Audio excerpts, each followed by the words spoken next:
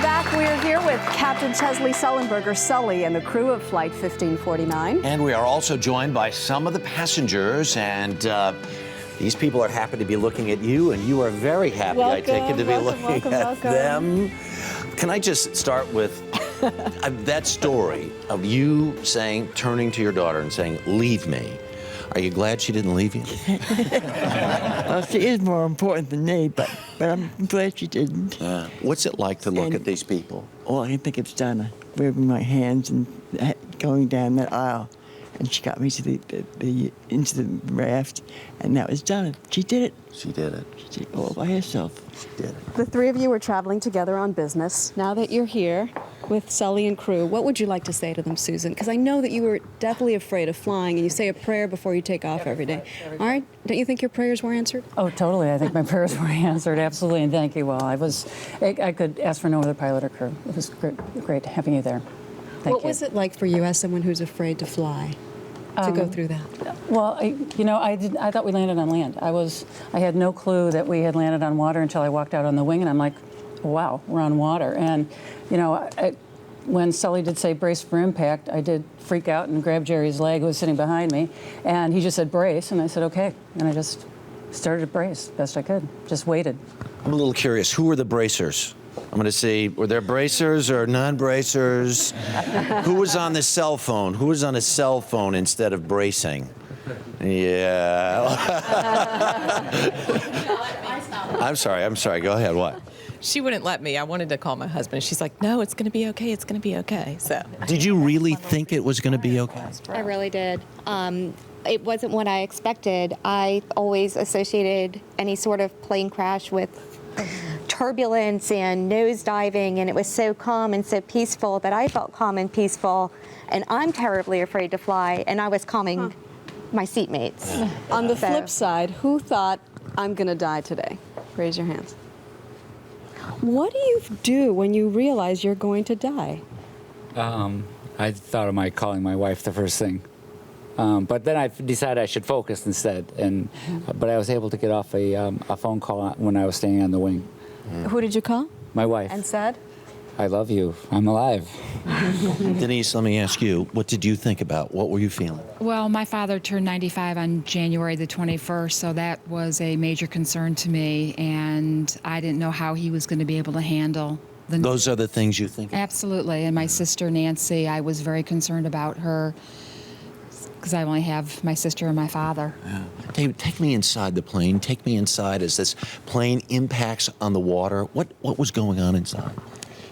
It was extremely calm, like they said. It was stone quiet in there, which was amazing to me because I don't think anybody cross-referenced what was going on. And I think that was a saving grace. And I just want to say, I admire your skills, but I honor the way you managed your state. And now I do listen to the flight attendants every flight. Yes. I know exactly where everything is. Yes. I know exactly where the exits are. And I know where that the life preserver is. Yeah. Jeff, you think about your baby that's coming in May? Yeah, without a doubt. I mean, I'm truly happy to be able to have the opportunity to see him come actually June. But so definitely, it's an honorable thing what you did, and we're just so happy that I have this opportunity to meet you. So thank you very, very much. And your wife is here, pregnant, getting ready to give birth in June. Your husband survives this amazing thing. How does that change your life? It definitely makes you appreciate life more and what you have. Absolutely. Did you know this was going on? No, the first I heard about it was Jeff called me at work. I hadn't seen it on TV or heard from anybody else, so the first thing And what that did he say to you? He said the plane crashed. We're in the Hudson River. And I was in shock. I couldn't believe it. I don't even know what I said to him. I don't know how you get this out of your mind. Do you all still think about it every single day? Yes? Yes. Here's what I'm curious about. When you look at this picture, here's this picture, this iconic picture now of everybody in these rafts and standing on the wings of this plane. Billy, when you see that picture, what do you think? Well, it really is a miracle. I think that all of us, some of us knew, and maybe all of us know now, that what Captain Sully and the crew did was not only miraculous, but the first time in aviation history. So the fact that everyone came out alive is stunning. So again, we rarely have an opportunity to thank people that have changed your life, but much less saved your life. So Thank you so much. Sully, you said in the interview on 60 Minutes with Katie, you felt like your whole life prepared you for that moment, for that 3 to 5 minutes. You know that for certainty, don't you? The way I describe it is, for 42 years, I had made small, regular deposits of education, training, and experience. And the experience balance was sufficient that on January 15th, I could make a sudden large withdrawal.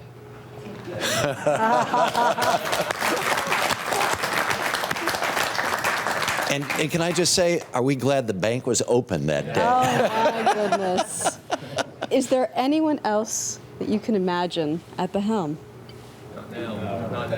Wasn't it all just perfect? I mean, you had Sully at the helm and his wonderful crew. You get in the water and the rescuer starts coming. Some of the rescuers are here. Talk to me about that, Marianne. How important were they? They were amazing. As Sully said, it wasn't just him, it was the crew, but it was all of the EMS. It was the firemen, it was the people on the ferry. For me, it was an amazing experience in the sense that it really gave you a feeling of the human race can help each other. There was so much help going on, whether it was getting people off the plane or calming each other down or just talking to you to make sure you're okay, we can get through this. Right. And everybody just came together. Were you on the wing or on the raft? I was actually on the raft, and I really think if this had happened in any other city, the response wouldn't have been as great. Unfortunately, they've had practice, but it worked to our advantage. And you know what? Of all the places, had you turned around and maybe even put the plane in the water near LaGuardia, while there's a lot of fire and rescue, there aren't the ferries there. And you have this amazing ferry traffic there. Brittany, you're the pilot of the first ferry boat up the second one there. You kind of catch it out of your peripheral vision that the plane's going down, and your reaction was what? What the hell was going on?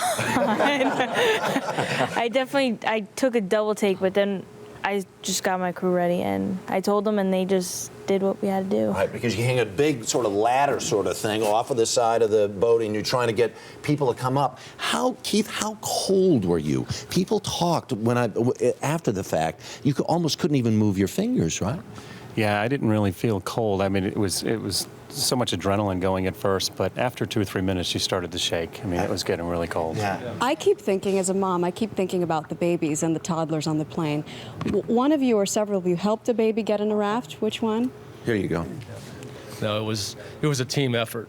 And it was the gentlemen were trying to get her to get the baby off because we were scared that she was going to fall in. But there was ladies in the lifeboat who were the ones who were nurturing and got the baby. It was a team effort. It was a team effort to get this whole thing done. How little a baby was it? I think it was 3 to 6 months. It was a very little baby she was holding on to. Was she crying? She was very emotional. Very emotional. Yeah.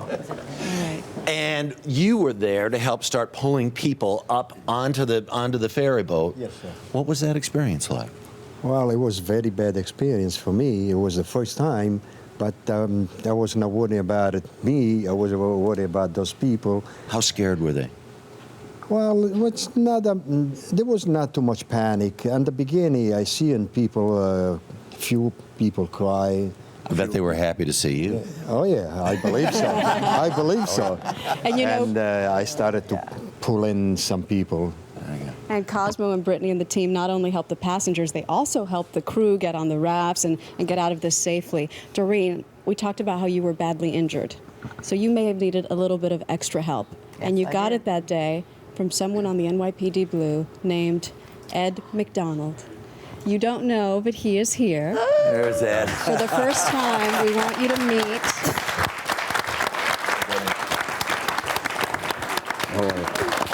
Oh, thank you. It's so nice to see you. Thank you for helping. Here's what you need to know about Ed. Ed stayed through her surgery. Ed was there the next day when you woke up in the hospital, right? This guy was Mr. Steadfast. Oh, he was, I can't tell you. He just stayed with me and he called my son and met my son when he arrived at the hospital. He was wonderful. Ed, describe when you first saw Doreen, what kind of shape she was in. Well, we were wheeling her out to the ambulance. She was on a stretcher already, and she was obviously scared.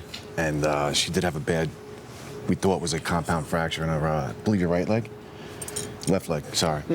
And we got into the ambulance, and I was just getting some information from her, and she just looked up at me and asked me, please don't leave me. So You didn't. I didn't, and the And rest is still here.